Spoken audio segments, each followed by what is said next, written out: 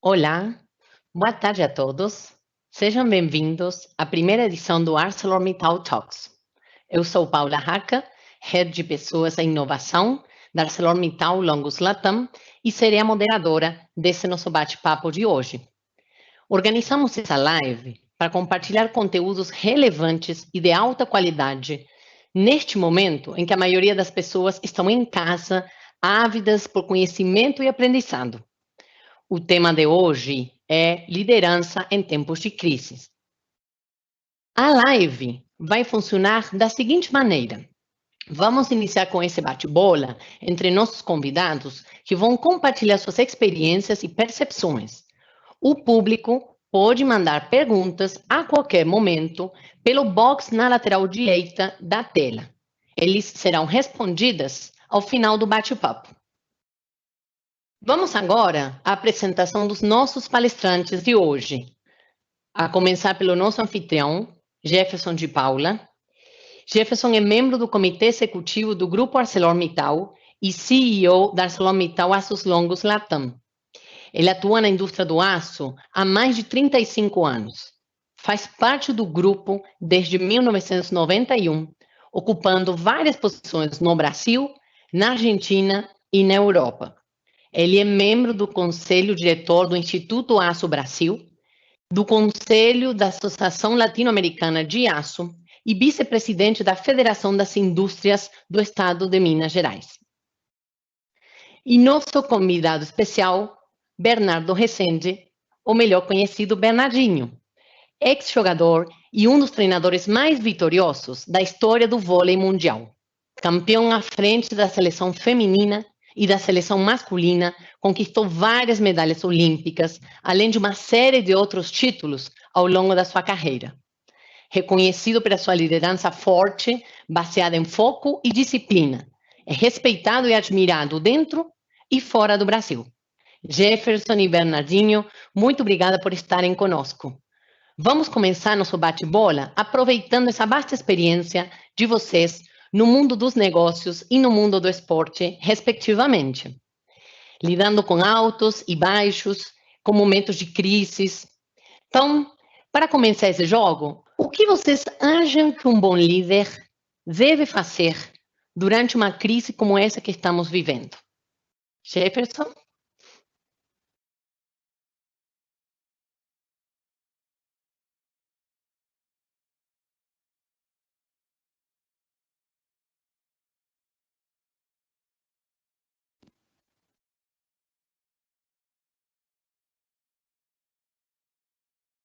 Não estou ouvindo, Paula. Também não. Acho que ele está no mudo. Então, está no mudo, ele tem que falar. Já mandei. Jefferson. Ele está nos ouvindo, Jefferson? Agora. Bem, obrigado, Paula, Bernardinho. A gente sabe, né, que as crises são diferentes, né, mas a liderança, né, o líder de uma empresa, eu vejo que deve atuar sempre de certas formas, apesar de crises diferentes, né. Uma coisa que eu vejo, né, ao longo da minha carreira é que a primeira coisa é você tem que realmente não esquecer que você tem uma crise ou você encarar de frente, né? E que você não pode não pensar uma coisa. Você é que está no comando, você está dirigindo a empresa. Então, a gente pensa assim, não, mas isso é normal, né? Isso é claro, se uma pessoa é o responsável da empresa, ela pensa, mas a minha vida eu fui vendo que isso é a primeira fase, a fase de você fazer a gestão de uma crise bem, essa empresa necessita de um comandante e eu tenho que cuidar dessa empresa. A próxima fase, eu acho que as pessoas tendem a minimizar a crise. Eu acho que a gente deve fazer o contrário, deve exagerar na crise, ou seja, nós temos que pensar o pior. Então, se nós estamos enfrentando essa crise agora, nós não podemos pensar, essa coisa aqui vai passar, está começando, mas não vai ser aqui no Brasil, só vai ser em outro país. Eu acho que nós devemos exagerar.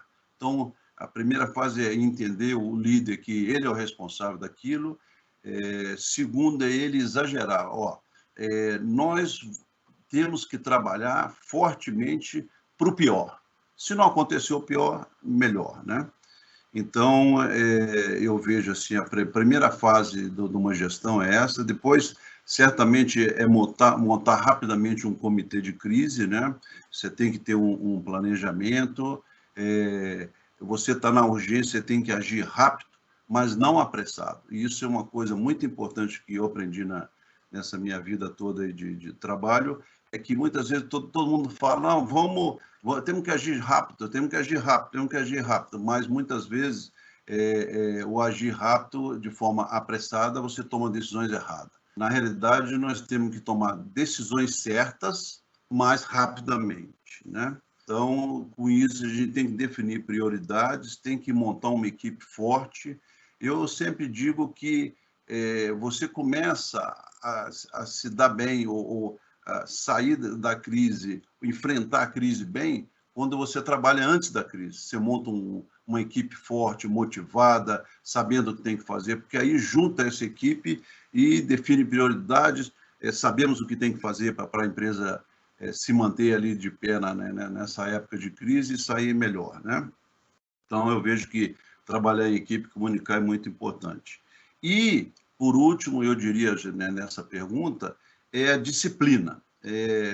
Disciplina e gestões das ações e resultado. Porque numa crise, todo mundo começa a querer agir muito rápido, a fazer. Então, tem que ter uma disciplina, tem que ter um comando e tem que ter uma gestão do que fazer e se realmente está atingindo. Então, inicialmente, Paulo, eu vejo assim, a forma de você fazer uma gestão de uma crise são esses pontos principais que eu acho.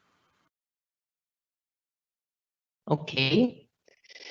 Bernardinho, na sua experiência no mundo do esporte, como é que você vê esse papel da liderança? Bom, obviamente, essa é uma crise que nós estamos vivendo hoje sem precedente, né, de uma magnitude, né, mundial.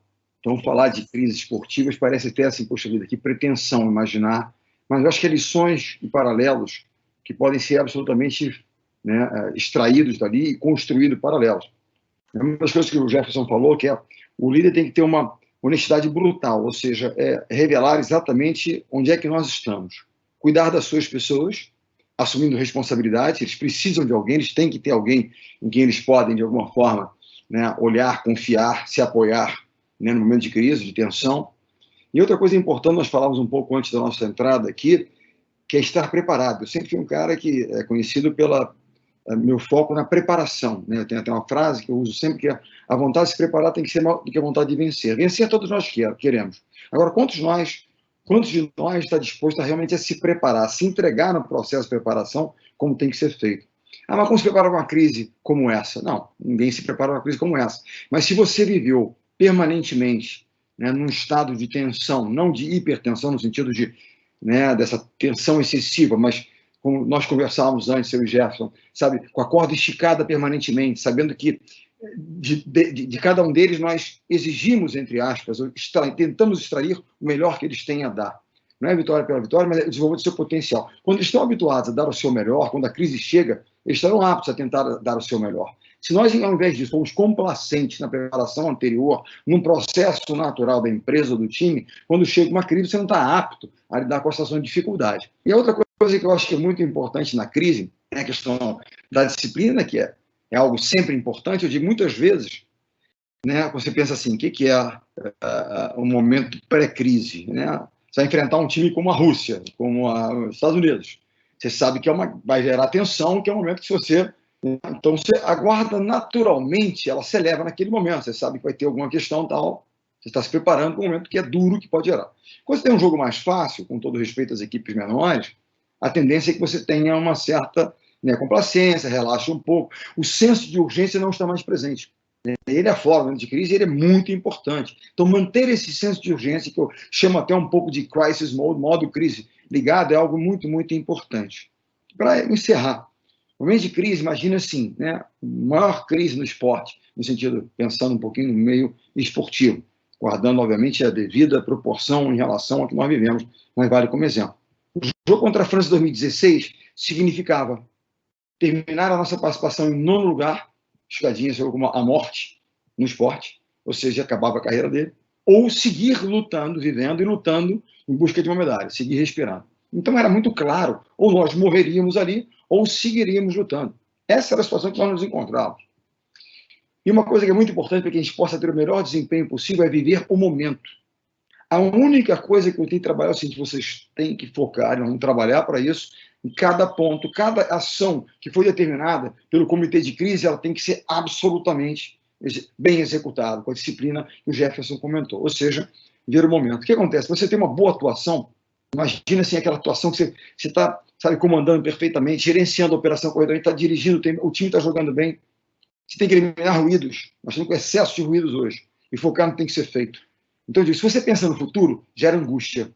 Puxa vida, será que a gente vai conseguir? Não vai? Fica meio angustiado. Você pensa no passado, alguma coisa e tal, está meio deprimido. Puxa, tal. Você pensa que os outros vão pensar de você, você está condicionado por uma coisa. O que você mesmo está pensando é, de alguma forma, extrair isso. E, nesse momento, há ruídos externos em excesso. E esses ruídos não nos ajudam em nada naquilo que nós temos que fazer nesse momento, que é atuar. É focar nas nossas pessoas, nos nossos procedimentos, nossos processos, em cada um de nós, né, nos nossos níveis físico, mental, quer que seja. Então, acho que é muito importante viver o momento, eliminar, né, a disciplina, eliminar os ruídos, né, e, enfim, e reforçando um pouco o que o Jéssica falou, colocando um pouco nas cores do esporte. Só para Paula, só para agregar o que o Bernardinho falou, né, só para no final, além dos ruídos, né, a gente tem que tomar muito cuidado com o excesso de informações, né, o Bernardinho, que isso gera uma confusão danada. Então, assim, todo mundo querendo fazer as coisas e pega informação aqui, pega ali, não, um quer fazer uma coisa aqui, o outro ali. Então, começa a gerar uma confusão muito grande e, às vezes, a gente esquece de ir no básico, ou seja, fazer aquilo que tem que ser feito, né, com cronograma, etc, etc. Então, isso que o Bernardinho falou de gerar muito ruído, né? Ainda tem essa confusão que às vezes se forma por muitas informações, porque todo mundo quer pegar informações, todo mundo querendo fazer o melhor possível, mas é a hora do líder, de definir prioridades, manter o equilíbrio das pessoas. Não. Ok, deixa isso aqui, essa informação, e deixa lá, deixa aqui, uma hora a gente usa. Agora, vamos por básico, vamos não está definido nossas ações, nossas prioridades. Então, uma parte muito importante do líder nessa hora é manter o equilíbrio, é falar, não, espera aí, vamos voltar aqui, etc. Então, isso que você falou, né, o Bernardinho, de ruídos, né, também, essas informações que eu acho que talvez você falou, ruídos também é isso, esse excesso de informação, essa confusão toda, né? Se tornam ruídos ao invés de informação, claro. Você falou, combater os excessos. O excesso de iniciativa. Então, que ser iniciativas assertivas, não o excesso de iniciativas, que vira confusão. Né? E a gente fala sempre no esporte, está em dificuldade? Return to basics, volta ao básico. O que a gente tem que fazer? É produzir corretamente, né? É defender o caixa, proteger o caixa da empresa, é fazer isso, tal, os fundamentos básicos do voleibol. Então, return to basics. Se a gente quiser fazer tudo e consertar tudo, vai virar confusão, a disciplina vai para o espaço e você realmente não consegue realizar aquilo que é o essencial naquele momento. O Bernardinho, você trouxe esse elemento, né, de se preparar para esse jogo, para esse campeonato, para essa conquista, muito mais do que focar em vencer. E nesse momento falamos de um inimigo invisível, desconhecido. Como é que é, na sua experiência, essa situação de enfrentar um inimigo desconhecido? E ainda com esse excesso de informações, né, que o Jefferson falava, esses ruídos, essas fake news potencializados aí pelas mídias, né, de hoje. Vamos lá, assim, imagina que eu sou um treinador que vou jogar uma outra seleção que eu nunca vi jogar. Já tivemos outras, digamos, epidemias, pandemia dessa magnitude, né, na história recente não. Houve, obviamente, a história da gripe espanhola e outras anteriores. Deveríamos ter também algum tipo de aprendizado recorrente desse momento histórico muito ruim lá atrás. Mas nós, digamos, pensando no Brasil, né, na nossa empresa, no nosso time chamado Brasil, nós observamos e devíamos ter aprendido com, né, o início desse processo, com esse inimigo que vinha jogando contra outros times. Como é que ele atuou na China, como é que outros países às vezes enfrentaram, quem teve mais êxito, menos êxito. Ou seja, obviamente, é você olhar o mercado. Né? Como é que o mercado está reagindo, respondendo a essa ou aquela coisa? Que tipo de produto? Né? Como é que é a demanda aqui ou ali? É o estudo que se faz realmente. Nós temos que olhar e ver. Né? Eu dizer que meu filho continua, está voltando agora, porque finalmente tomaram a decisão de interromper definitivamente o campeonato italiano, e ele agora vai voltar, depois para a gente um mês em quarentena, em isolamento, e ele me dizia, ele revelava, olha, as pessoas têm que entender a necessidade do isolamento aqui, está acontecendo na Itália, levou muito tempo, enfim, na Itália todos nós estamos acompanhando daqueles países que mais estão sofrendo, eles estão sofrendo por causa da pandemia, né? Em regiões ricas, no norte, etc. Então, eu acho que não é simples, obviamente, porque o mundo está aprendendo a lidar com um inimigo desconhecido. Nós temos uma pequena vantagem, temos que tentar aproveitar essa pequena vantagem desse inimigo já ter atuado em alguns lugares. Então, de extrair ali as boas práticas, as boas experiências que nós fazemos. Por melhor que seja, sempre há alguém no seu mercado fazendo alguma coisa melhor do que você. Imagina no mercado do aço. A ArcelorMittal é a maior empresa do mundo do aço. Mas certamente há empresas que fazem alguma coisa e você fala, cara, que espetáculo. Nessa determinada área aqui, esses caras são espetaculares. Eu fazia isso permanentemente. Líderes do ranking mundial, eu olhava de seleções. Esse cara tem um sistema aqui que nós podemos até ganhar deles, mas eles têm isso aqui melhor. Então, aprender com as práticas que você observa. Então, é se preparar.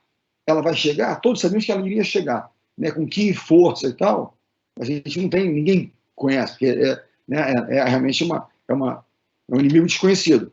Mas nós sabíamos que boas práticas aconteceram, outras não foram boas, estratégias de retardamento, isolamento, se demonstraram, obviamente, muito ruins. Então, eu acho que não era totalmente desconhecido para nós. Continua sendo ainda um vilão, né, onde não há uma profundidade do conhecimento, até porque tem que se descobrir realmente uma vacina. Essa é digamos, seria a jogada final, mas nesse momento é o que a gente tem. Então, usar essa experiência. E mesmo aqui dentro, o que está acontecendo? Né? Agora, falou, tem que ser um time. Se nós começarmos, mas vai, iniciativas em excesso, como o Gerson falou, todo mundo agora quer tomar uma iniciativa, desalinhadas. Então, mais do que nunca, a necessidade de um líder, de um alinhamento e de um propósito comum, que as pessoas não busquem propósitos próprios também e, com isso, gerem essa confusão de iniciativas, né, o que confunde, inclusive, a população, que não sabe exatamente, né, a que líder, se é que eles são líderes, né, respeitar em quem se inspirar para seguir as suas vidas. Né? Ô, Paula, isso que o Bernardinho está falando, né, de benchmark, eu acho que é um item importante também da liderança, é ter humildade, né? A gente tem que ter humildade e que a gente pode aprender em qualquer lugar. O que o Bernardinho falou é verdade, você falou, né? Essa crise é uma crise diferente, né?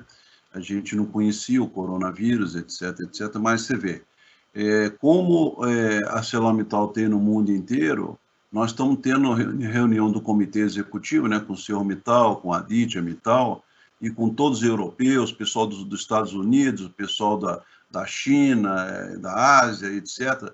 E nós temos reunião segunda, quarta e sexta, e o que acontece? O senhor Mittal, ele falou, o principal motivo aqui talvez seja o seguinte, informações eu posso ligar para o Jefferson, ligar para o outro e pegar, mas eu estou fazendo, são os líderes da empresa no mundo, trocar ideias, e cada um pegue a informação, liga para o outro, e depois, quem está na frente do problema tem que passar informações para quem vem atrás. E nós fizemos isso, você lembra, né?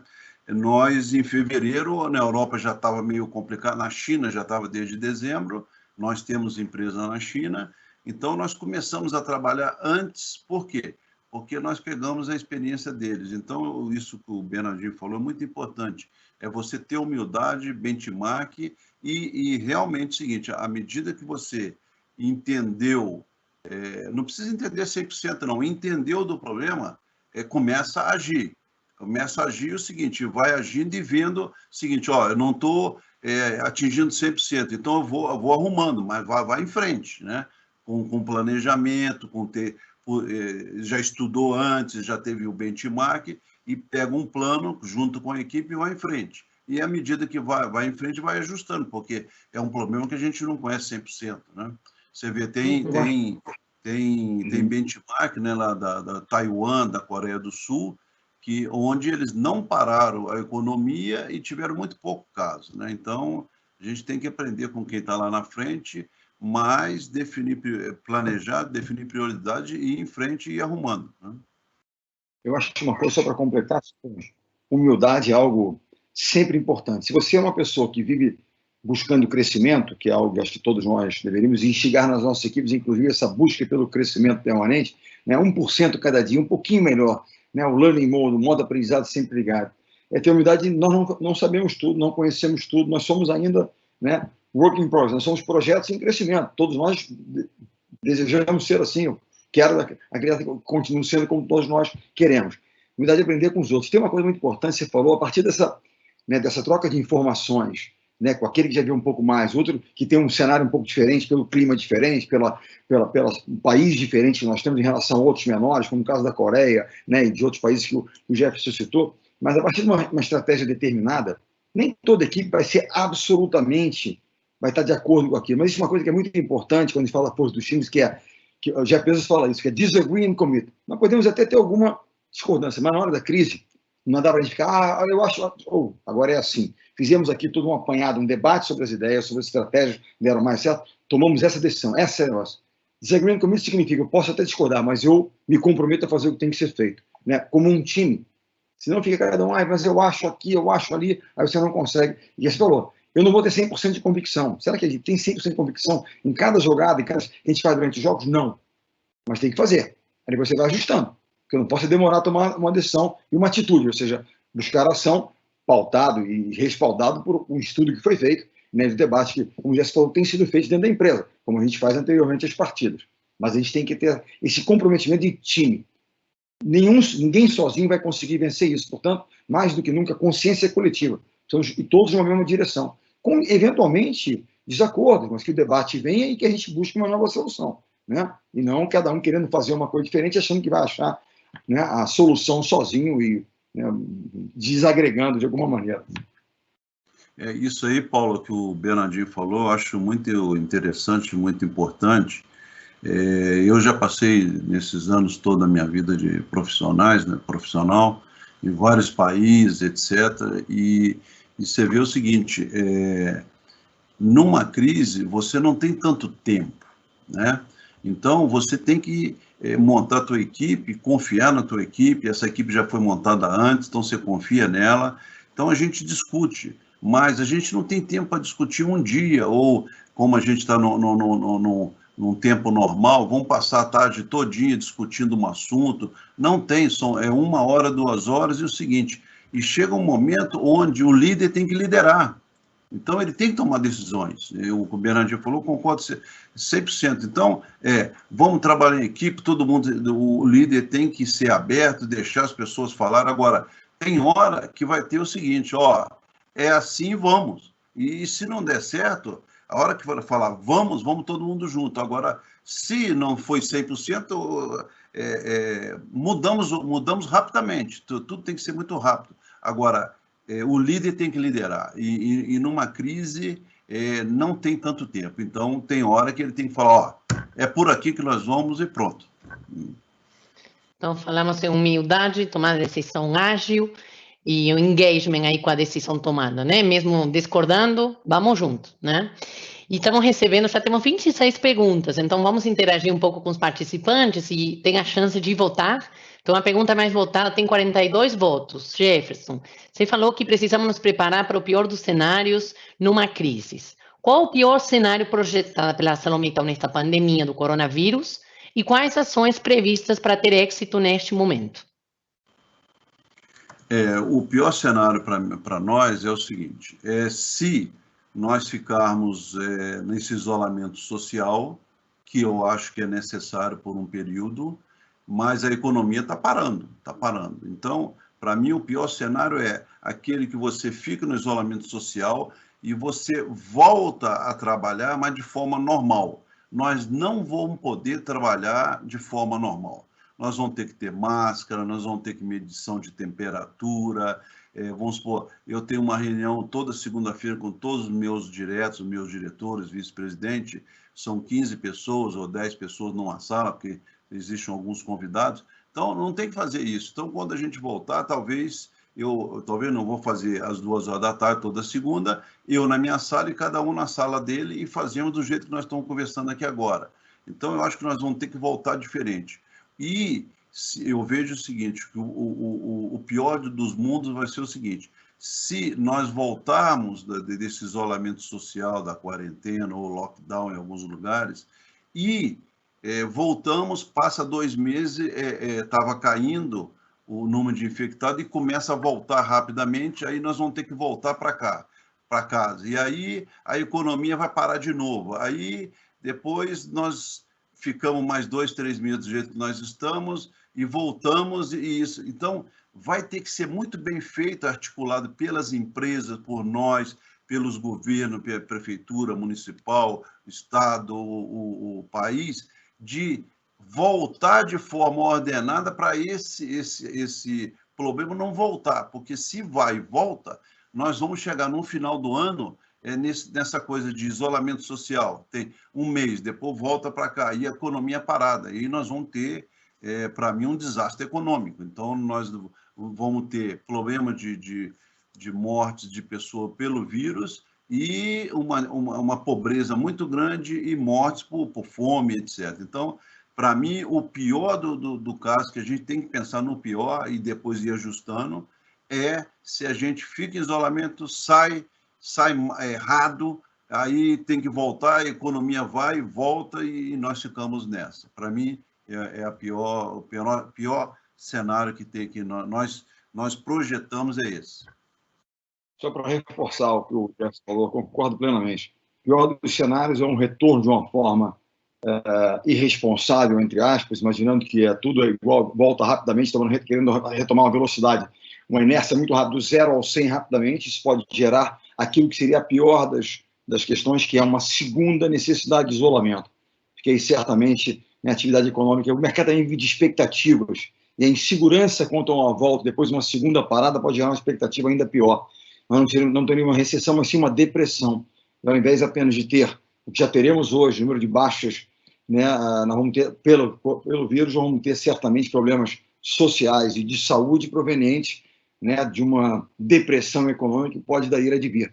Mais do que nunca, a presença e líderes que liderem nesse movimento de forma, né, séria, responsável e dura, se tiver que ser, né, para que a gente não seja responsável nessa retomada. Eu acho que assim, essa ponderação a respeito da retomada, Jefferson, é muito importante. Acho que é um fato que você lançou para que as pessoas reflitam muito sobre isso, né? Eu acho que é algo realmente importante. Ou seja, além de se preparar para o coronavírus, se preparar para o pós, né, Covid-19, como se integrar um novo normal, né? Não é aquele normal que foi antes do coronavírus, né? Mudou, né? Uma nova realidade aí. E temos uma pergunta que está com 43 votos. A turma super curiosa de saber de vocês dois. Como manter a equipe motivada em meio a essa pandemia onde todos estão apreensivos? Fala um pouco de motivação aí. Bernardinho, você quer assim, eu acho que como é que manter a equipe motivada? Vamos lá. Eu gosto de ter uma motivação, embora eu prefira muito mais o tema disciplina. Eu sempre faço a seguinte pergunta às pessoas: será que todo dia você levanta, não é no dia de hoje, imagina assim, não, hoje eu tenho que fazer uma reunião com o Jefferson, fazer um call com ele, às 9 horas, depois eu tenho uma reunião aqui, depois eu vou ler, eu vou estudar um pouquinho com a minha filha na hora do almoço, enfim, você coloca lá a fazer. Mas aí ontem à noite eu não dormi bem, estava preocupado, poxa, perdi patrocínios, né, orçamento, porra, não vou conseguir cumprir e tal, aí fiquei preocupado, não consegui dormir. Aí tocou o despertador às 6 da manhã, que eu tinha que fazer um exercício antes da minha reunião com o Jefferson. Eu falei, não, hoje eu não vou fazer, não. Aí você dá aquele, né, soneca, e vai mais um pouquinho. Quem nunca fez isso, né? De não fazer a primeira atividade do dia que você tinha, né, se proposto de fazer. Eu digo, o mais importante que a motivação nesse momento, então, é a disciplina. É fazer aquilo que tem que ser feito, se manter disciplinado, né? Criar os hábitos e recriar, porque é uma rotina diferente que nós estamos vivendo. Então, são novos hábitos. Então, vai lá e coloca. Nunca fiz um to-do list, não, a fazer tão, sabe, meticuloso. E aí eu vou lá, no dia seguinte eu vou lá e tico. Não fiz. Quando eu não faço, eu fico chateado comigo mesmo. Que eu falo, cara, eu não entreguei aqui, eu fraquejei.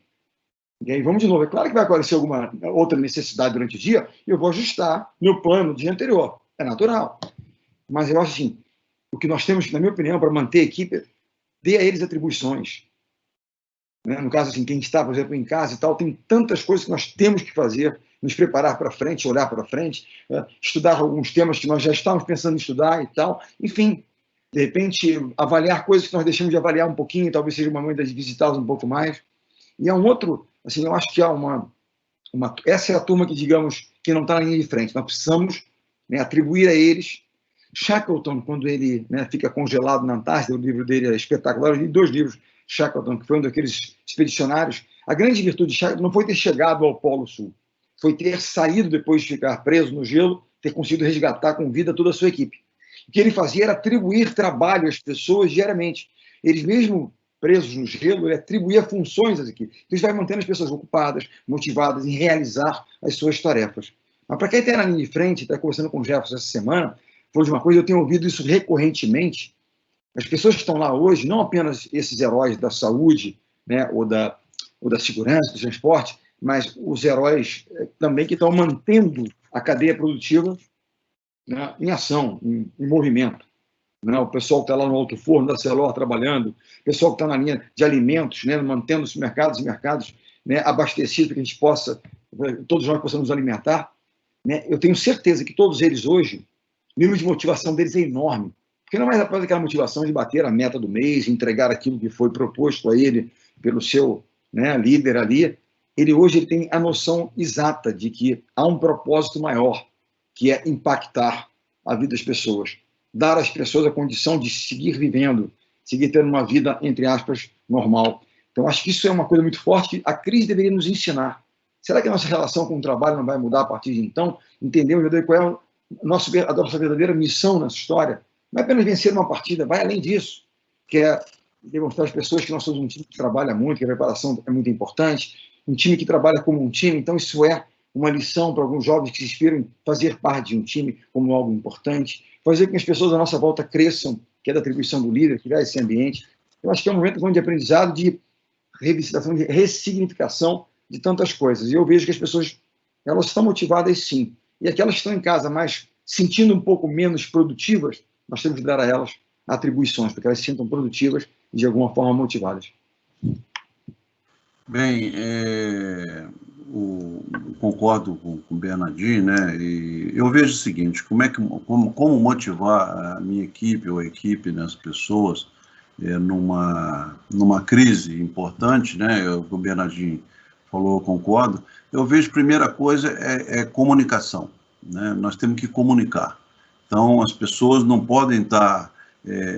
nós aqui, eu com o meu time direto, trabalhando e ninguém sabendo de nada. Então, isso tem que espalhar na empresa, tem que ter um forte trabalho de comunicação. Né? O outro, eu vejo o propósito, concordo 100% com o Bernardinho, né? O propósito, o nosso propósito hoje, o que é? Cuidar dos nossos empregados, da família dele, dos nossos empregados, para que não tenha problema de saúde. E outra nós temos uma empresa excelente e nós temos que passar por isso e sair melhor ainda. Então, nós temos essa outra propósito de falar assim, nós trabalhamos juntos, nós somos bons, nós vamos passar por cima disso e vamos sair ainda melhor. Então, esse propósito. E uma coisa importante que eu acho que o líder tem que fazer é desenhar o futuro.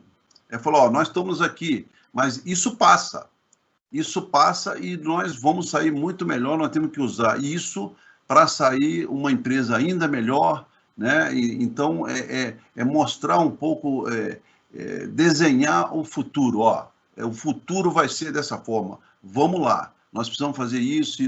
Então, eu vejo que comunicação, trabalho em equipe é muito forte, envolvimento de todo mundo, e dá esse propósito, nós vamos cuidar da saúde de todo mundo, nós vamos sair uma empresa melhor, nós sabemos fazer isso, nós somos bons nisso, tudo que nós pegamos, qualquer desafio, nós saímos melhor do que entramos, então vamos em frente. E trabalhar em equipe fortemente. Eu acho que com isso você consegue motivar. E a minha experiência, nós tivemos uma experiência há pouco tempo, há 2 anos atrás, nós compramos a Votorantim Siderúrgica, nós tínhamos um plano de fazer a integração e capturar toda a sinergia que nós tínhamos definido em 2 anos. Nós fizemos isso em 8 meses. Uau. Por quê? Por quê? Porque nós colocamos uma equipe para trabalhar só nisso, tiramos do dia a dia, uma equipe ótima, com um líder, com todo mundo, cada área tendo uma, planejando, sabendo o que fazer, e sempre falamos, nós vamos chegar lá e nós vamos fazer aquela empresa ser igual à nossa, muito boa, etc., cuidar das pessoas, vamos melhorar a performance como a nossa. Quando nós vimos que tinha um gap muito forte, nós falamos, em 1 ano nós vamos chegar, em 7 meses nós chegamos. Então, a equipe tem que envolver todo mundo, tem que mostrar o seguinte, nós vamos chegar lá. E o líder tem que fazer o seguinte, tem que dar suporte, tem que ajudar e estar perto. Eu vejo assim, o líder tem que ajudar, tem que cobrar, mas tem que estar perto da equipe. Só para completar uma coisa que o Gerson falou que é fantástico, eu não tinha mencionado, que é a questão da visão. O líder tem que ter a visão. É lá que nós vamos chegar. E se ele tivesse a capacidade de engajar, de motivar, de gerar assim, compromisso, os prazos serão menores, etc., porque ele desenhou, as pessoas... o share, e aí o processo, o importante é a comunicação, como já se colocou, ou seja, não ter a visão e não comunicá-la muito bem, porque aí fica uma visão que se torna de todos nós, é uma visão compartilhada. E aí, tem esses êxitos nessa atuação, uma partida que era para ser vencida em 2 anos, acaba em 11 meses, X meses sendo realizada. Então, acho que isso é muito importante. O líder tem visão e tem que share, tem que compartilhar a sua visão com a sua equipe. Para isso, uma forte comunicação. Nós temos aqui, ficamos enclausurados e as pessoas estão lá na ponta sem saber exatamente o que o futuro nos reserva, onde é que nós queremos, que tipo de time nós queremos ser no futuro, né? Bacana. E enquanto vocês falam, acaba de entrar também, né, um dos participantes que está acompanhando, fala muito em disciplina, o Thiago Vinhal também, atleta, está lá da Espanha, direto, fala abraço para meus 3 ídolos, direto aqui da Espanha. Então, Thiago, valeu por estar aí, fazendo internacional nossa live, Thiago, né? Unidos com o oceano no meio. Vamos lá, temos 46 perguntas, a galera está assim, com fome de ouvi-los, está muito bacana esse papo, e tem uma pergunta com 40 votos, falando assim, como ser transparente e ao mesmo tempo não gerar pânico neste momento? Chefe, eu estou contigo. Como ser... Eu vejo o seguinte, ninguém gosta de ser enganado, ninguém gosta de ser enganado. Então, eu acho que nós temos que, o líder, né, ou qualquer pessoa, nós temos que, o líder mais ainda, nós temos que colocar as coisas como são, entendeu? Agora, nós também temos que mostrar que a gente tem que nos ocupar da coisa, não nos preocupar.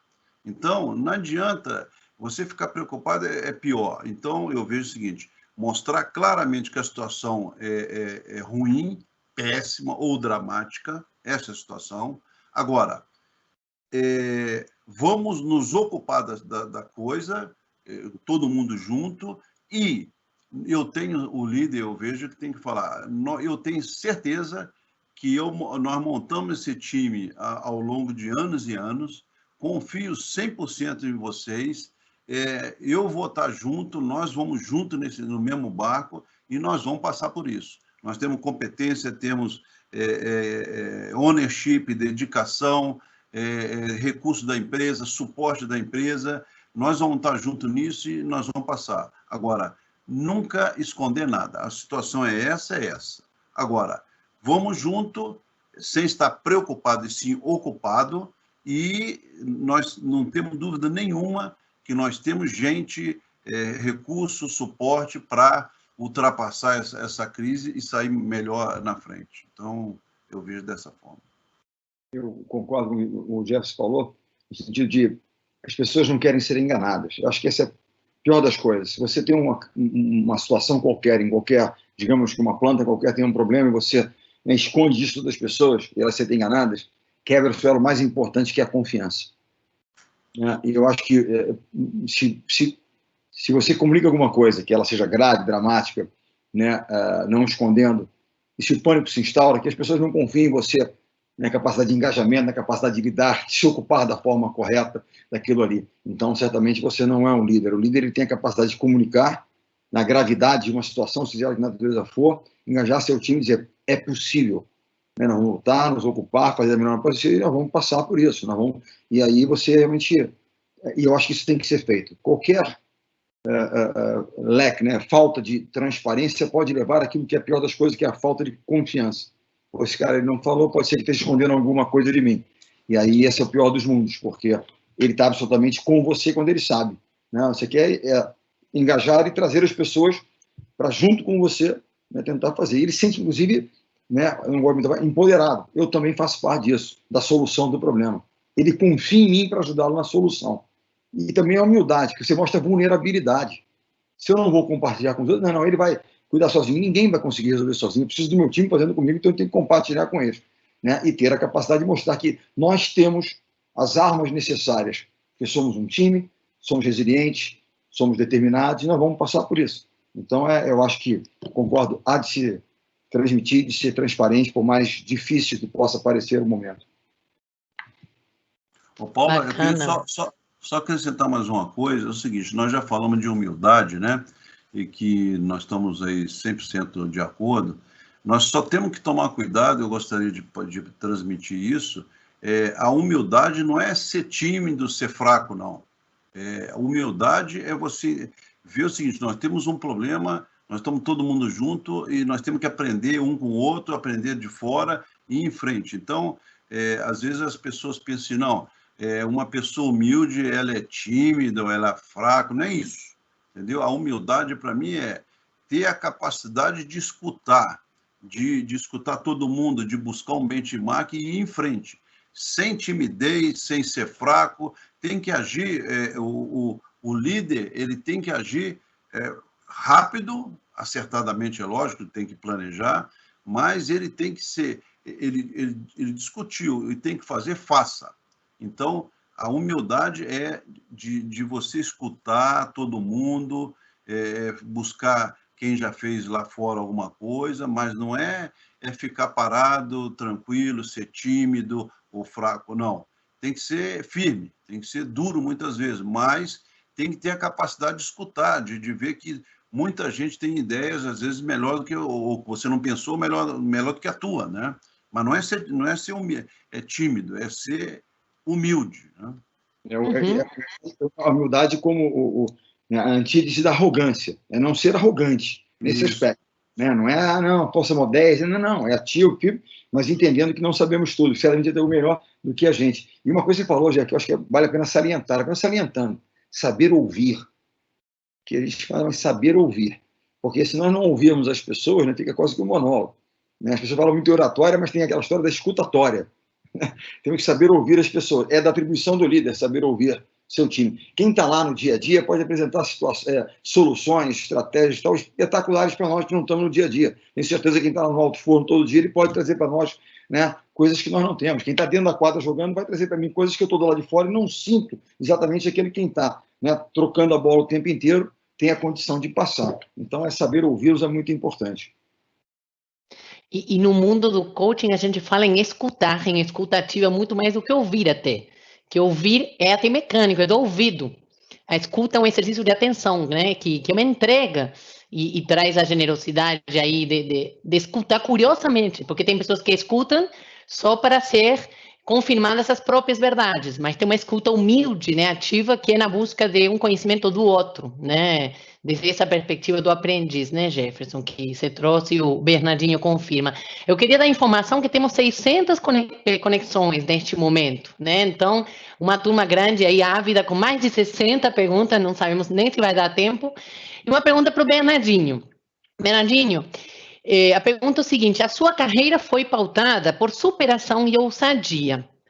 Como tratar essas duas forças em momentos como este, onde não podemos errar? Assim, imaginar que a gente não pode errar se torna uma coisa insuportável. Como é que eu vou errar? Mas eu tenho que estar preparado, eu me preparo, pegando as informações e tal, E aí eu vou tentar. Não deu certo, rapidamente eu vou mudar aquela estratégia. Aprende rápido. Eu digo sempre isso, errar, nós vamos errar. Agora, eu digo, me apresenta um erro diferente, porque eu não posso errar da mesma maneira. Aprendi aquilo, já me tornei um pouco melhor, sei que essa solução não funciona, vamos para a próxima. Rapidamente, reprograma, reajusta o plano. O plano está ali. Muito pior que o seguinte, do que um plano ruim é não ter um plano, porque um plano ruim você ajusta. Se não tem plano, tem que construir ele durante a partida, não dá tempo durante a crise. Há um plano, vamos lá, e vamos ajustando. Um erro aqui ou ali. Assim, a palavra ousadia, vamos talvez colocá-la bem. Eu fiz aquilo que era necessário ser feito. Em momentos de dificuldades, aí as pessoas muitas vezes, mas foi, assim, não é o ousar pelo ousar para querer ser diferente ou criar uma coisa que seja inusitada. Até porque inovar não significa necessariamente criar algo totalmente... Não, eu posso ajustar alguma coisa a algo novo, já é uma coisa diferente. Né? Mas eu tive que tomar algumas medidas ao longo do tempo, né, que pareciam medidas ousadas, mas que, na minha opinião, eram medidas necessárias. Né? Acreditando que aquilo pudesse, né, nos tirar daquele gargalo, nos tirar de uma situação qualquer. Mas, muito mais importante do que isso, assim, eu sempre fui um pouco mais ousado naquilo que era a defesa da nossa cultura. Sabe quando você acredita que realmente o nosso time ele foi sendo construído em cima de alguns pilares, como certamente a ArcelorMittal, com esses anos e anos, décadas de história, ela é construída sobre pilares de aço, claro. Tem que ser de aço, na verdade, muito bem pautados. A coisa mais importante ao longo do tempo, eu fiz coisas que eu acreditei que eu deveria ter feito, e não foram simples, e aí pode parecer ousadas aqui e ali, mas de uma geral eu fui sempre mais ousado, entre aspas, quando eu via qualquer tipo de ameaça à nossa cultura. E aí o que tinha que ser feito, mesmo que fosse uma coisa um pouco inusitada, eu faria para defender aquilo que, na minha opinião, era aquilo que fazia com que aquela equipe ela perdurasse. A história, né, e a longevidade e o legado tem a ver com a cultura que você constrói, a força dos seus valores, dos princípios que você, né, vai colocando ali. E eu acho que é um pouco por aí que onde eu tentei pautar um pouco da minha caminhada junto às equipes que eu dirigi. Bacana. O Jefferson, uma pergunta para você. Fala que toda crise traz uma oportunidade. A ArcelorMittal já conseguiu identificar alguma oportunidade para o negócio nessa crise?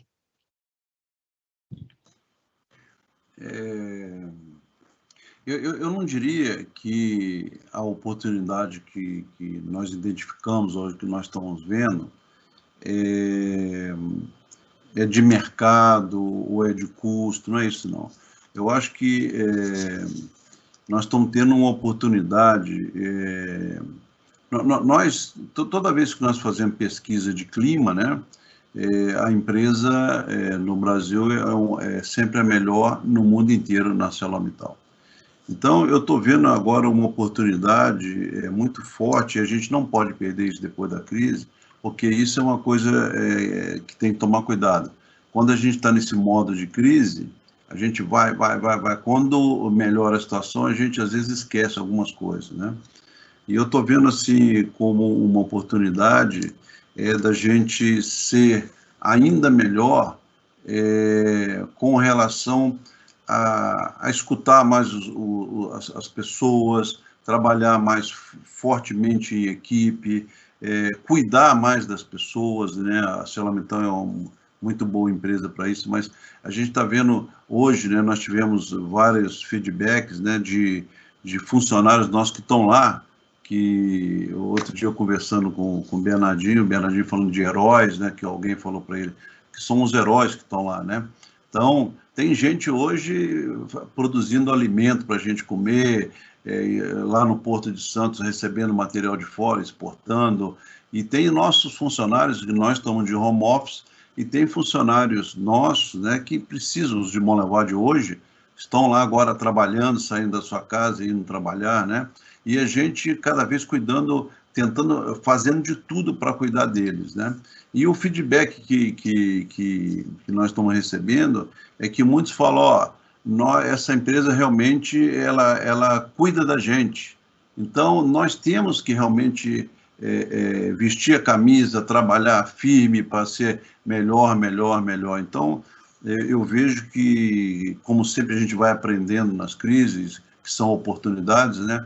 Até agora, o que mais me tocou mesmo é essa essa forma de trabalhar mais junto, entendeu? De cuidar das pessoas, não no sentido paternalista, porque nós não somos paternalistas, nós nunca fomos, essa empresa precisa de resultado, é uma empresa dura na busca de resultado. O pessoal da Votorantim Siderúrgica, no início, até se assustou lá, porque era o vice-presidente 2 vezes por semana dentro das plantas, o CEO lá uma vez por mês, eles nunca viram aquilo. Então, a nossa empresa é uma empresa muito forte em resultados. Se não der resultado, nós estamos com problema. Então, mas nós podemos fazer tudo isso, nós sempre cuidamos das pessoas, mas eu acho que a gente tem muita oportunidade aí da gente fazer ainda melhor esse trabalho de cuidar das pessoas, para que tenhamos uma empresa cada vez melhor, uma empresa excepcional. Então, eu vejo, até agora, o que eu vi de oportunidade é o que eu estou vendo da gente cuidar mais das pessoas, no sentido de todo mundo trabalhar junto e a gente alcançar resultados ainda melhores, né? Só para colocar uma coisa que o Jefferson nos contou, e ele não contou agora nessa fala dele, é que esse cuidado, né, com a turma que está lá, os heróis da operação, que estão lá mantendo a operação atuando e tal, disseram algumas vezes que se sentem, às vezes, mais seguros lá com todo o procedimento de segurança, de cuidado, né, do que, às vezes, em casa, quando você não tem todos esses cuidados, né, que a empresa está tendo em mantê-los no maior nível de segurança possível, de saúde, mas que eles possam seguir fazendo o seu trabalho. Eu acho que uma declaração como essa, vindo de um colaborador, é muito... né, fortalece e ilustra muito bem aquilo que já está dizendo. Acho que é um aprendizado incrível.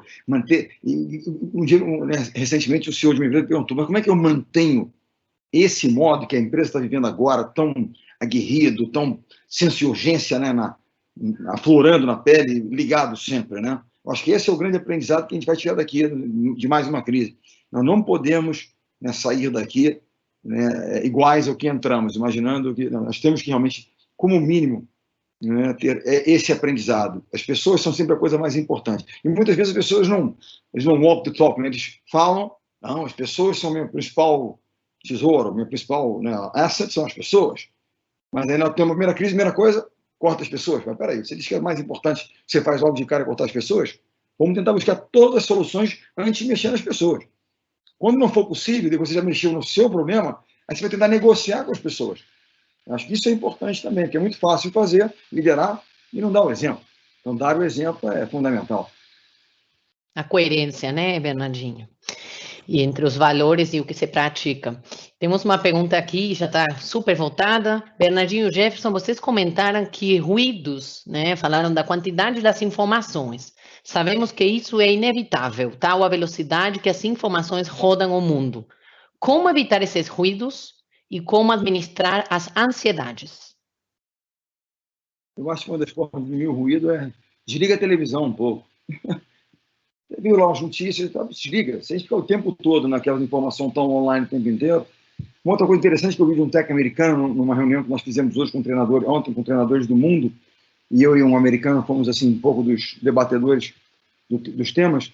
Ele falou o seguinte: desliga a televisão e leia. Quando você lê, você escolhe um pouco. Não é por aqui que eu acredito, você viu aquelas informações. Dotado daquelas informações, porque aquelas informações ela tem uma relevância, claro, mas é relativa, porque você não vai poder, dotado daquilo, fazer coisas muito diferentes. Você tem que fazer aquilo que cabe a você fazer, aquilo que está sob o seu controle, na sua empresa, na sua comunidade, na sua paróquia, como a gente diz, em torno da gente, não é verdade? Então, seguir fazendo aquilo, senão esse excesso de ruídos pode você perca o foco, você começa a ficar mais, se aqui estão fazendo isso, aquilo, aquilo, não. É o que a gente tem que fazer. Né? Se comunique, pegue as informações mais com aquelas pessoas que têm o mesmo foco e o mesmo propósito que vocês. Ou seja, se comuniquem mais ali. As informações têm que ser trocadas mais internamente, a pessoa tem ali, para que a gente possa, né? Aquilo que a gente está ouvindo, eu até costumo dizer, no passado se fazia muito, se lê pouco, hoje em dia, jornal em paper, né? Mas é que a gente falava sempre isso, a informação que você lê hoje, amanhã, esse papel está embrulhando peixe. Então, assim, aquela informação, ok, tem uma importância, ok, dado aquilo, eu tenho que fazer no dia seguinte aquilo que eu pactuei com o Jefferson que eu faria. Né? Então, meus atletas estão em casa. Meu filho, quando posta alguma coisa hoje, ele posta ele lá malhando, treinando na Itália, assim, home office. Então, ele está lendo, fazendo e trabalhando fisicamente, é um atleta, tem que se cuidar. Então, o que a gente faz é compartilhar o tempo todo. Aí eu vou lá, brinco, posto uma coisa minha também para elas, para tentar também enfim, motivá-las um pouco nesse sentido de elas continuarem fazendo nas suas casas, na garagem, na varanda de casa, quem tem uma varanda, na janela, não importa, mas seguir fazendo alguma coisa, porque essa é a atribuição delas, como atletas profissionais. Mas eu acho que o excesso não leva a nada, desliguem, né? Vai ler um livro, vai fazer alguma coisa que realmente agregue a você, para que você saia da crise melhor do que você entrou. Então, exercício físico, cuidar da alma, orando, meditando, aquilo que você, né, e cuidar da mente, se preparar, né? Então, exercitar a mente também. Eu vejo assim, Paula, como não desviar, é saber claramente, isso o líder tem que fazer e tem que estar atento, é saber exatamente aonde você está e aonde você tem que chegar. Quais são as tuas prioridades? Então, quais são as tuas metas? Então, o que acontece? Hoje, o caixa da empresa é o principal. Uma empresa não morre pela EBITDA, morre por caixa. Então, se não tiver caixa, amanhã nós não paramos.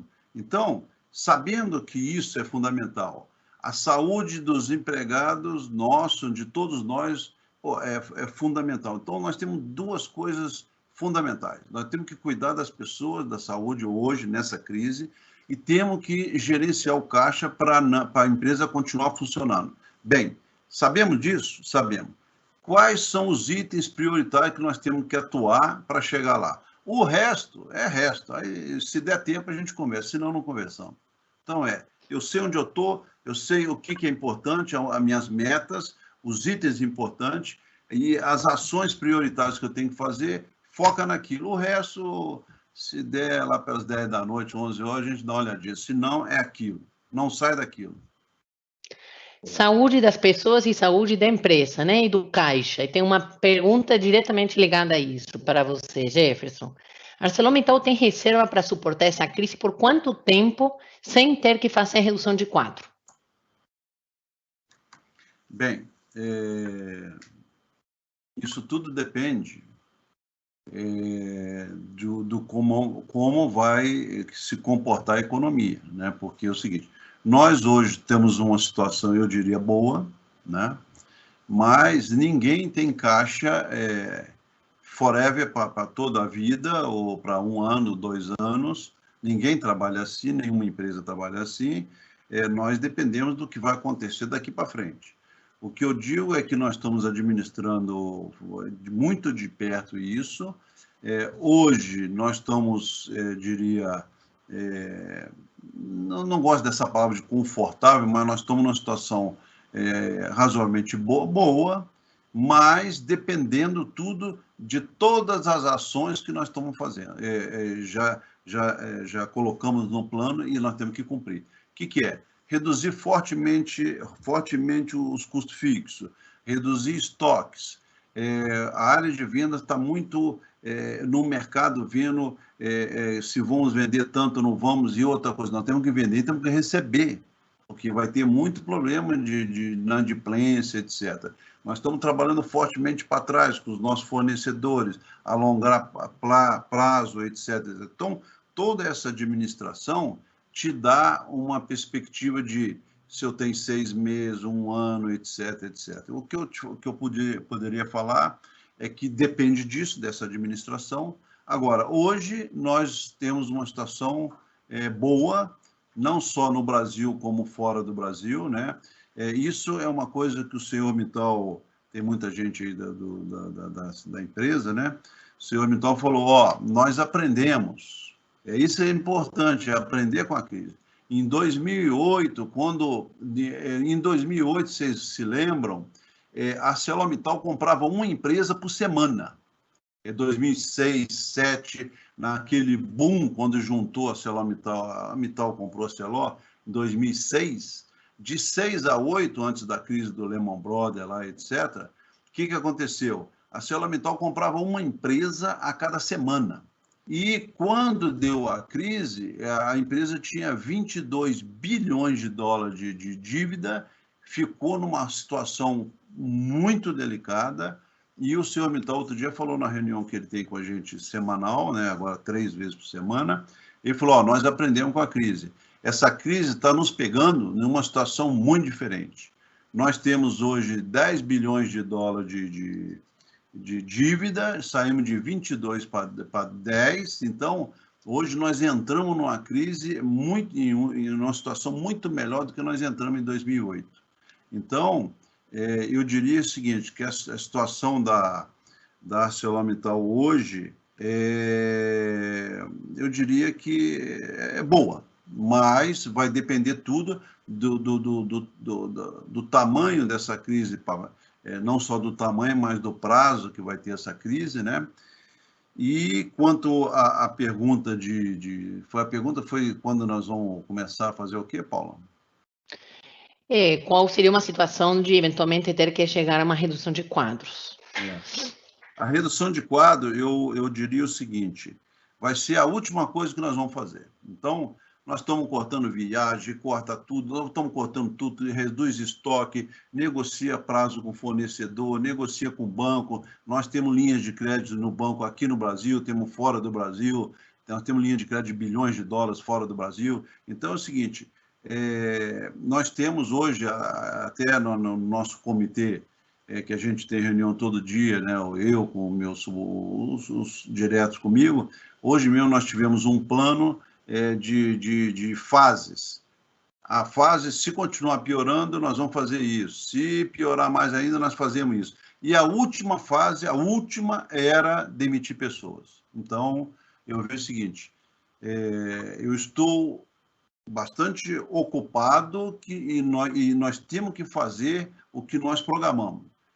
Trabalhar nos custos fixos, trabalhar no redução de estoque, negociar com o fornecedor, ajudar alguns clientes, etc. Então, nós estamos trabalhando fortemente os custos fixos, cortamos tudo, e eu estou otimista que nós vamos sair disso sem precisar demitir ninguém.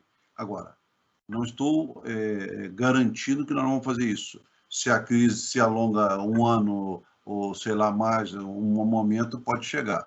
Mas a decisão a última step, a última fase do problema, de resolução do problema, é reduzir, demitir pessoas. Né? Seria uma última medida, né? Estamos já com 1 hora de live e temos 649 pessoas conectadas. Cada vez mais pessoas, 82 perguntas, respondemos mais 7, né? Então, a gente poderia ficar mais tempo, vamos prolongar um pouco mais. Uma pergunta aqui para os dois. Falando dentro desse cenário de tamanha incerteza, o que um líder poderá fazer para manter um sentimento de confiança no seu time? Bem, Até mudo, Bernardinho. Perdão. Já falou uma coisa anteriormente, que era a questão de você ser transparente, né, dividir com eles algumas coisas. Eu acho que isso é uma coisa importante que demonstra a sua confiança nas pessoas, que elas têm a capacidade, a competência que é complementar a sua, de te ajudar a resolver esse problema. Se eu não levo ao time, né, esse problema, né, eles se sentem, não confia, vai resolver sozinho, então não faço parte disso. Isso dá a eles um senso de propriedade.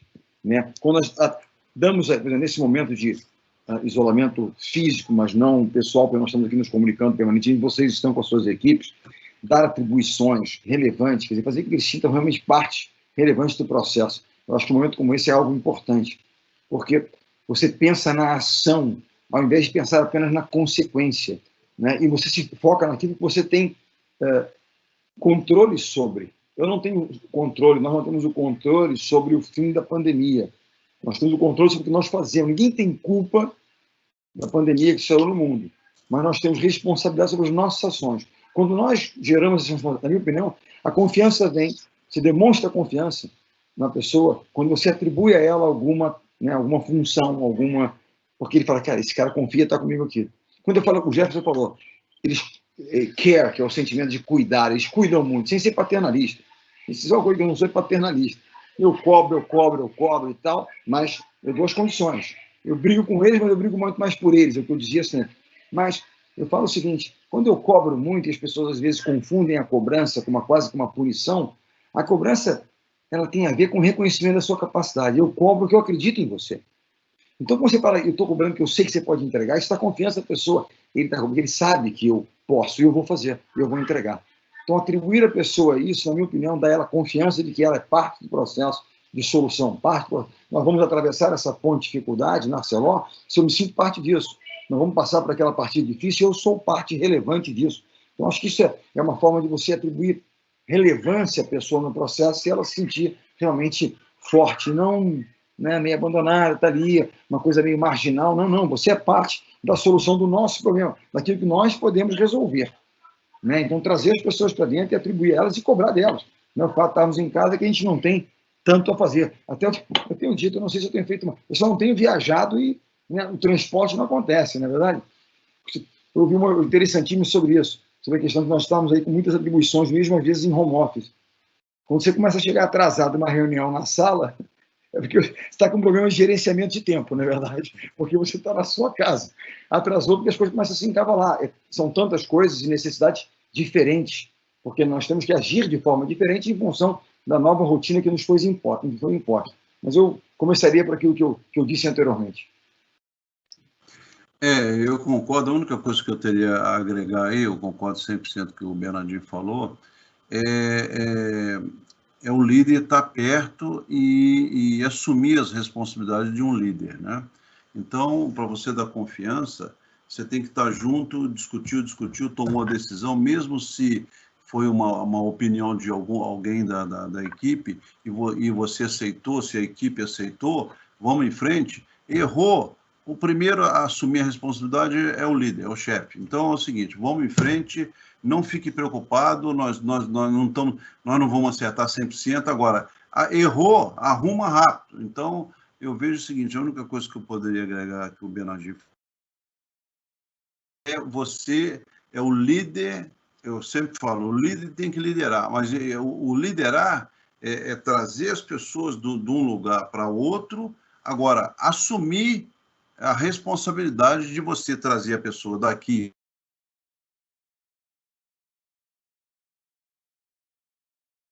A equipe é que fez. Se deu errado, é o líder que tem responsabilidade. Muito bom. O Gerson, você mencionou que você faz reuniões frequentes com o Mr. Mittal, com líderes do mundo inteiro, analisando as medidas e as decisões dos governos de todos os países. Qual país você considera o melhor modelo diante dessa crise? Boa pergunta. Eu vejo o melhor modelo para mim, sabe o que é quem deu mais resultado. Então, nós temos duas coisas aqui.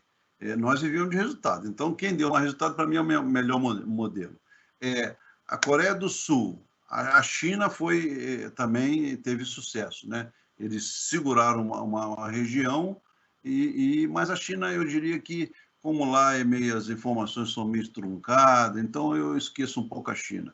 Eu iria mais para países mais abertos, etc., que foi Hong Kong, que bem, pertence à China, mas já foi um país, e a Coreia do Sul, né? E lá eles tomaram, primeiro, decisão muito rápida. Então, quando eles viram o problema na China, eles já falaram, opa, esse negócio vem para cá. Então, tomaram a decisão, estudaram, viram o que ia ser feito e tomaram a decisão seguinte, eu tenho dois problemas. Um é a saúde de morrer gente e o outro é a economia, a saúde da economia.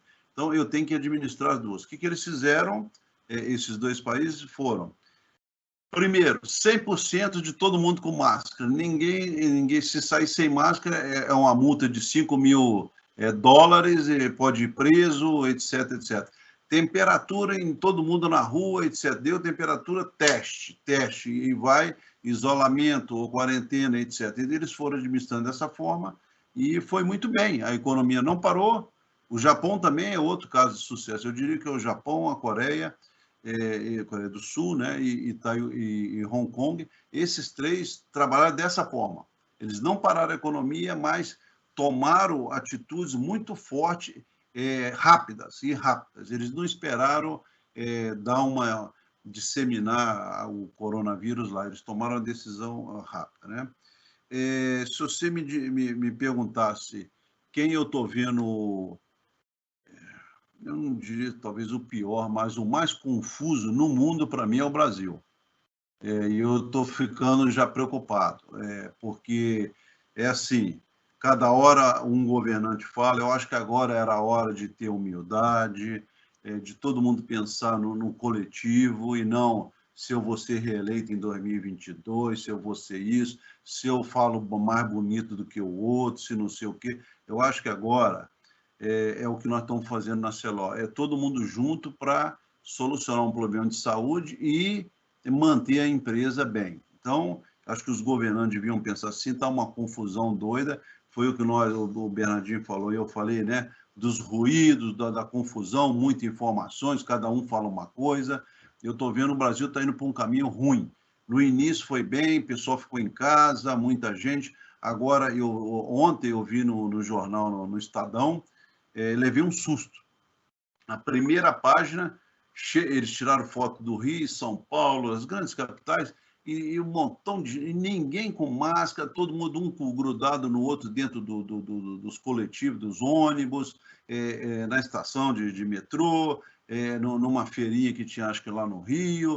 Então, eu vejo o seguinte, o meu exemplo, para ser direto à pergunta, né? Meu exemplo está sendo Coreia do Sul, Japão, Hong Kong, e que eles não pararam a economia e dominaram a doença.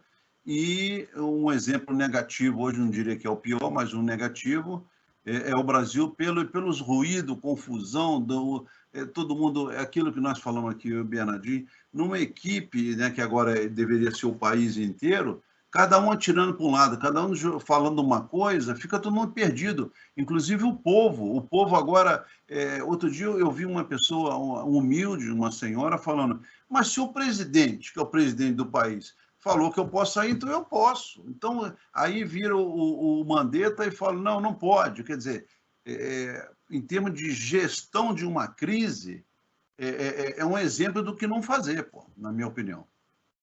Uma pergunta para o Jefferson.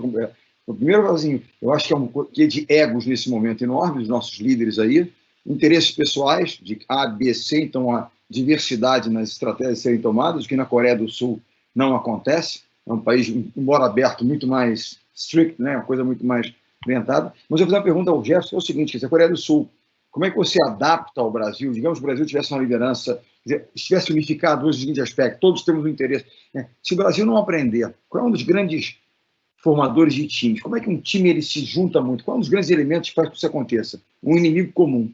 Quando nós elegemos um inimigo comum, você esquece todas as diferenças, vamos combater aquele inimigo, na verdade. Nós temos um inimigo comum, e mesmo assim não estamos conseguindo atuar como um verdadeiro time nesse momento. Mas eu perguntava ao Jefferson o seguinte, como é que a gente adapta, por exemplo, ser uma empresa, a Celor no Brasil? O Brasil é um país de características e capacidades tecnológicas diferentes da Coreia do Sul, como população. Certamente essa capacidade tecnológica mais desenvolvida deu à Coreia do Sul ferramentas de poderem ser mais ágeis, digamos assim, na tomada de estratégia contra o coronavírus. Como é que você consegue, de uma certa forma, com essa experiência da empresa, né, a Celor, na Coreia, trazer para um ambiente de dimensões continentais e com estruturas, né, tecnológicas e tal, diferente do Brasil? Como é que seria um pouco da sua... como é que você transferiria aquela coisa para cá? Essa experiência positiva. Bem, primeiro, esclarecendo as pessoas, né, Bernardinho? Eu acho que até hoje não está muito claro no Brasil que a máscara é fundamental.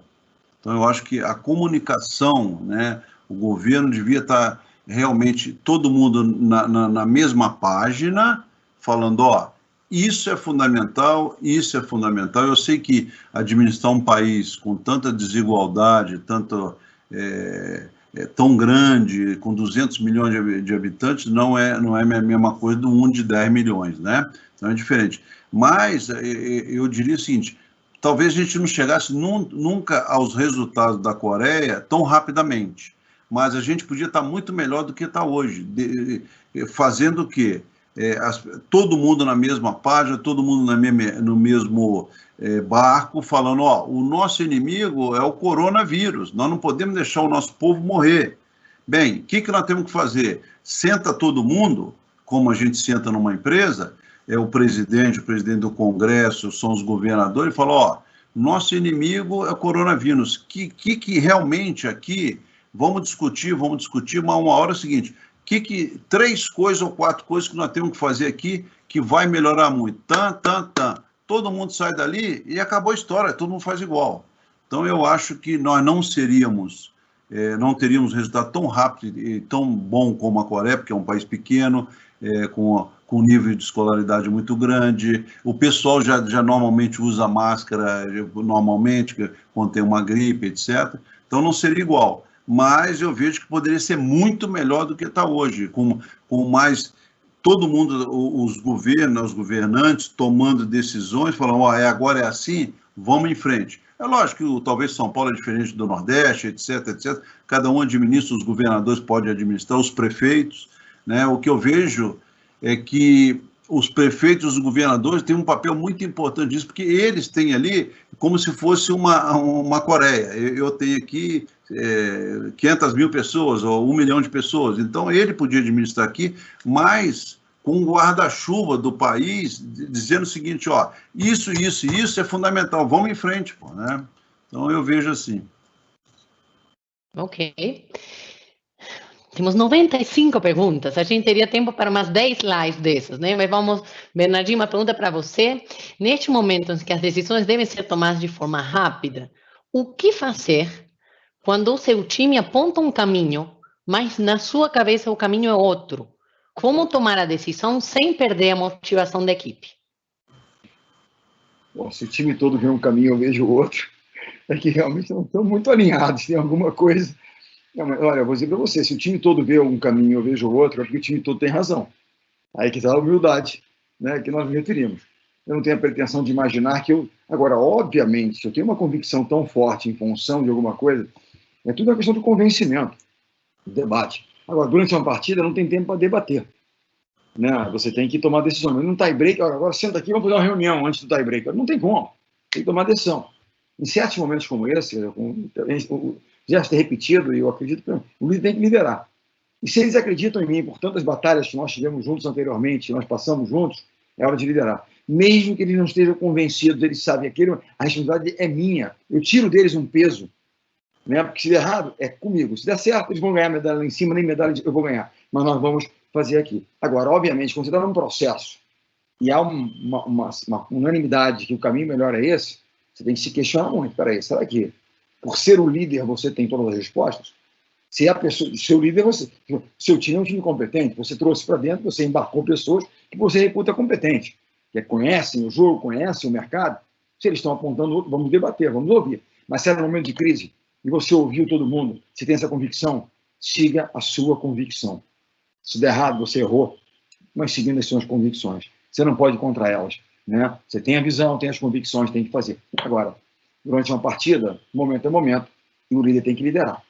Por mais que você contrarie, faça, tira um, sai assim, é do jogo. Mas eles esperam que você lidere. Eles querem algum tipo de segurança. E ao sentirem do líder que ele tomou a iniciativa, é dele a responsabilidade, tira um peso, eles vão fazer o que tem que fazer.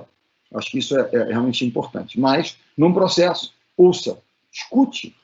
Né? Não escutar significa, não, eu sou o líder, não preciso ouvir ninguém, que eu vou tomar uma decisão. Aí você não é um líder, você é um ditador. Não é verdade? E vai perder logo, logo. Você pode ter um crachá de CEO, um crachá de treinador. Mas de líder você tem pouco, quando você não escuta o seu time. Liderança não é cargo, né, Bernardinho? Bem falado. Vamos encerrar com uma pergunta mais pessoal para vocês dois, enquanto lideranças. Qual está sendo o principal aprendizado para vocês, como líderes, durante essa crise? Começa. Eu? O maior aprendizado... eu não diria aprendizado até agora, porque a crise eu diria que não está começando, mas ainda está no início, eu acho que vai mais para frente, né? Eu vejo, que já me perguntaram outro dia, é que eu não acreditava muito em home office. Então, e eu estou vendo que hoje funciona, né? Então, isso eu aprendi. Eu lembro que as pessoas chegavam lá na Cello e falavam, vamos fazer home office, etc. Eu falava, não, daqui para frente, vamos deixar no ano que vem, a gente vê isso. Então, isso é uma coisa que eu aprendi. Eu vejo que outra coisa que não sei se eu aprendi, mas o que eu sinto hoje é o seguinte: como você está distante, isso é bom para você liderar. Por quê? Porque você está perto, você está aí no vídeo aqui, conversando com as pessoas, decidindo, conversando, todo mundo fazendo, e depois cada um some. Então, quer dizer, está todo mundo fazendo as coisas. Então, uma outra coisa que eu aprendi assim, que é importante isso, o líder está perto, mas também está longe. Ou seja, está perto para tomar decisões junto com eles, fazer eles pensarem, ou seja, está fazendo a gestão da equipe, mas o líder também tem que, às vezes, sair e deixar eles trabalhar.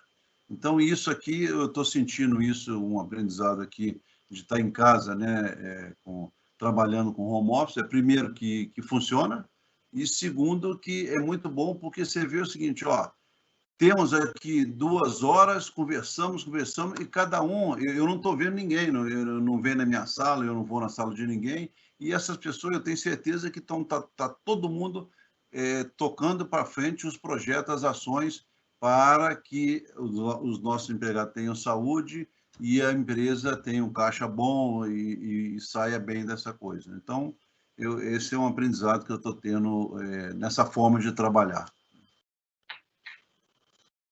Vamos lá. Assim, como a minha atividade está diferente, né? Mas eu concordo com o Jeff, o seguinte: há um nível de produtividade nesse momento muito grande, se a gente parar e pensar, né, nas perdas de foco, eventualmente, quando você está muito presente, entra alguém aqui, tira, aqui você está focado, a reunião ali, ela dura aquilo, além de você ter, né, evitar deslocamentos, isso, aquilo outro.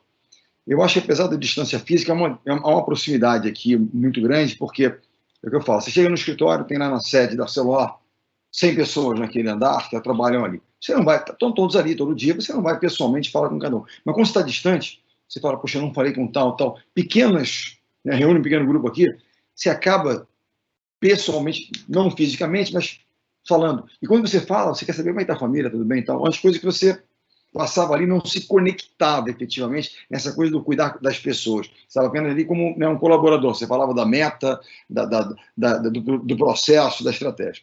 No nosso caso, né, eu digo para você, a crise ela está me ensinando algumas coisas. Uma das coisas, certamente, é claro, é a confirmação da paixão que eu tenho pelo processo. O que eu mais sinto falta, eu vi outro dia uma reprise da Olimpíada, linda, espetacular e tal, e linda, a imagem vai ficar sempre gravadas, né, no meu coração, na minha memória. Mas o dia a dia, o processo, né, o treinamento, o suor, nossa, é muito físico, muito ali. Eu sinto falta disso. Então é a confirmação de que, né, aquela história, enquanto você ama fazer e morra fazendo aquilo. Vai ter um dia que você vai caminhar assim, pô, não aguento mais e tal. Você ama, você vou de novo. Então há uma série de confirmações importantes, né? Eu costumo brincar que eu trabalho na mesma área que a Paula trabalha, Jeff. Eu sou, né, de gente. Eu não vendo nenhum produto, não presto nenhum serviço. É só gente. Eu sou, né? Tem um amigo meu que é o Rony da Reserva, daquela marca, né, de roupa Reserva, espetacular, que ele não fala de recurso humano, ele fala de fontes humanas, sabe? São fontes, é muito legal. Mas eu digo assim, e como eu sinto falta, e como eu quero me tornar melhor. Então, como é que eu posso melhorar? Então, para mim, tem sido um processo de autoavaliação, de reconhecimento de coisas, né? E é difícil? Muito difícil, não é simples, não, né? Mas nós estamos aqui para vencer desafios, acho que todos nós, né? É um desafio passar por isso sãos, bem, e voltarmos, como o Gerson falou, melhores. Esse é o nosso grande desafio. Voltarmos melhores, ainda entendendo mais a necessidade das pessoas, melhores como empresa, melhores como time, enfim, de alguma forma melhores. E a última é uma comprovação que é um pouco, digamos assim, triste, mas é uma boa comprovação. Claro que o esporte não pode ser a prioridade no dia de hoje. A prioridade número 1 é a saúde das pessoas e das empresas que gerarão. Mas o esporte sequer é visto como uma indústria, alguma coisa onde também pessoas vivem em torno daquilo, né? E que é para educação, isso, aquilo, outro. Eu tenho uma escolinha de vôlei, a gente está fazendo hoje online, uma série de atividades online, as crianças fazem em casa, independente disso. E o que eu vejo, assim, é óbvio que as prioridades elas vão mudando, mas como não há qualquer cuidado com essa atividade, gente, olha, vai ter gente que vai morrer e não vai reabrir. Entendeu? Como não é prioridade, as pessoas, né? Olha, tudo bem, mas não entende que não é só um patrocínio de alguma coisa que já está apalavrado. Há pessoas em torno daquilo que dependem daquilo. Não, tiro porque não é mais minha prioridade da empresa, tiro. Aí você está afetando milhões de pessoas, sem sequer te dar uma possibilidade, olha, vamos ajustar, fazer. Então, e eu não falo isso de mim, estamos sofrendo? Estamos, mas eu falo dos pequenos. Quem de nós não está preocupado? Eu me preocupo hoje, né, como é que a gente pode, de alguma maneira, ajudar os pequenos empreendedores que moram no Rio. Né? Jefferson falou, ainda tem gente e tal, mas a praia está fundamentalmente vazia. Aqueles empreendedores são pequenos empreendedores informais, na sua maior parte, que vendem sorvete, mate, picolé. Esse cara não tem renda diária para levar para casa e comer, porque, né, o mercado dele está fechado. E como é que a gente faz? Então, você tem nos nossos entornos, né, daquele cara na frente da tua planta lá que tem um carrinho de pipoca que vende lá na frente da fábrica. Não tem um carro, sempre tem alguém com carrinho de pipoca. Não pode perder essa chance, não é verdade? Então, isso me preocupa hoje, e eu vejo uma certa mobilização, claro, o governo fazendo algumas coisas, mas uma mobilização popular em dar um mínimo de apoio a essas pessoas, em campanhas e tal. Nós não devemos, aquilo que o Gerson falou desde o início, como é que nós realmente aprendemos e não desmobilizamos esse certo modo, solidariedade, preocupação com o outro. Uma das frases que a gente deve tirar um pouco assim, vai cuidar da sua vida, nós vamos cuidar da nossa vida e de alguns outros, se a gente puder cuidar. Não é verdade? É como assim, abominar aquela frase, mas nós sempre fizemos assim. Não vai ser mais suficiente ou ser o mais indicado fazer assim. Seja nas relações de negócio, seja, né, nas relações... Nós precisamos, né, pensar isso. Então, acho que a crise, certamente, é um momento de grande reflexão. A gente seguimos trabalhando, refletindo de como a gente pode sair realmente melhores. E agradecer, Paulo, a oportunidade de estar com você, com o Jefferson, né, podemos estar mais próximos, né, temos tantas poucas oportunidades de estar juntos, né? E como o Jefferson falou que tem, de vez em quando, alguns ouvintes que vão nas reuniões, eu estou me convidando para uma reunião, poder ir com ouvintes também, participar e ver, né, ouvir uma reunião da Celor lá, eles na batalha no dia a dia, aprender um pouco com eles lá. Com certeza. Convidado VIP, né, Jefferson, para uma reunião nossa. Já está convidado. Obrigado. O Jefferson Bernardinho, vamos... Exato. Estou uniformizado, eu vim para o jogo. Já está com uniforme, só enviar o crachá agora, está faltando o crachá. Então, estamos chegando no final. Jefferson, você quer compartilhar alguma reflexão, alguma mensagem para essa torcida, né, que ainda está presente, com mais de 107 perguntas e comentários que depois eu vou compartilhar com vocês, falando assim, melhor live motivacional do Brasil, vai ter outras, né, galera aqui com os feedbacks excelentes para vocês. Não, eu só queria terminar, primeiro agradecer, né, você, ao Bernardinho, né, que é um amigo nosso, um parceiro, e é uma pessoa que o Brasil inteiro reconhece como um grande líder, né, uma pessoa excepcional. Quem não sentou ali na frente de um jogo e vendo ele gritando, o time ganhando e ele indo para frente, querendo ganhar cada vez mais, e como ele falou nos processos, quer dizer, é uma pessoa, é um exemplo, sempre foi um exemplo para o Brasil inteiro, o Bernardinho, né? Então, é uma satisfação muito grande estar aqui do lado dele, nós já tivemos outras oportunidades de nos encontrar, então, eu sempre aprendo muito com ele, e então é uma satisfação e muito obrigado, Bernardinho, por estar aqui. E para todo mundo é o seguinte, eu acho que essa crise já gerou uma coisa, você vê hoje, nós daqui 1h e pouco, né? Se as pessoas estão aí, é porque elas estão querendo ser melhores, aprender alguma coisa, como a gente, uma pessoa como o Bernardinho, como eu, como toda pessoa que chegou a uma certa posição, uma das características dessas pessoas é querer melhorar a cada minuto. Eu tenho que ser melhor, eu tenho que ser melhor. Não estou nem a comparar com os outros, não. Eu tenho isso dentro de mim que eu tenho que ser melhor, né? Então, já tem um resultado da crise, que é todas essas pessoas hoje passaram 1h e pouco escutando, buscando aprender alguma coisa e ser melhor no dia a dia, como pessoa, como profissional, né? Então, muito obrigado para todos e eu espero que a gente tenha, eu, Bernardinho, tenha contribuído para que vocês saiam melhores depois dessa 1h e pouca do que entraram. Muito obrigado a todos. Com certeza, está todo mundo saindo aqui com mais aprendizados e o modo crisis, modo learning on, né? E o modo solidariedade também, que o Bernardinho falou. Se ainda tiver 1 minuto, só uma dica de um livro. Temos como dar a dica de um livro de liderança para essa quarentena? Uma pergunta da galera aqui. Eu posso falar? Pode falar. Eu tenho um livro que, para mim, é um oráculo. Uma pessoa que eu não conhecia, obviamente, mas chamado Bill Campbell, e o livro chama-se O Coach de $1 trilhão, ou O Treinador de $1 trilhão, a tradução foi Coach ou Treinador. Mas é realmente uma história impressionante de um líder de pessoas, de gente. Por que $1 trilhão? Porque somadas, né, as empresas daqueles caras que foram coaches dele, ou foram treinados por ele, de certa maneira, soma-se muito mais de $1 trilhão. E ele realmente é uma figura excepcional, é um dos livros mais interessantes sobre o tema liderança. Eu indicaria um de cabeceira, que é o livro que o Bernardinho escreveu. Obrigado. Esse é um livro que eu li há muitos anos, muito tempo atrás, e tem ele... Eu tenho sempre assim, eu vou mudando de livros, né? Sempre eu tenho 2 ou 3, quando eu vou dormir eu dou uma lida, eu pego uma palavra, grifo, etc., né? Então, eu indicaria o livro do Bernardinho. Muito bom. Muito obrigada, Bernardinho, e obrigada, Jefferson, pelo seu tempo e por compartilhar tão ricas experiências. E para as pessoas que estão perguntando, essa live vai estar disponível nas nossas redes sociais. Em breve vamos disponibilizar o link para todo mundo assistir, reassistir e continuarmos aprendendo juntos. Obrigada a todos e até a próxima.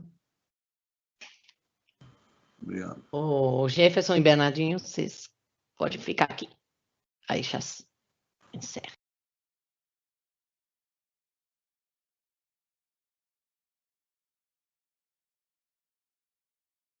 Guilherme?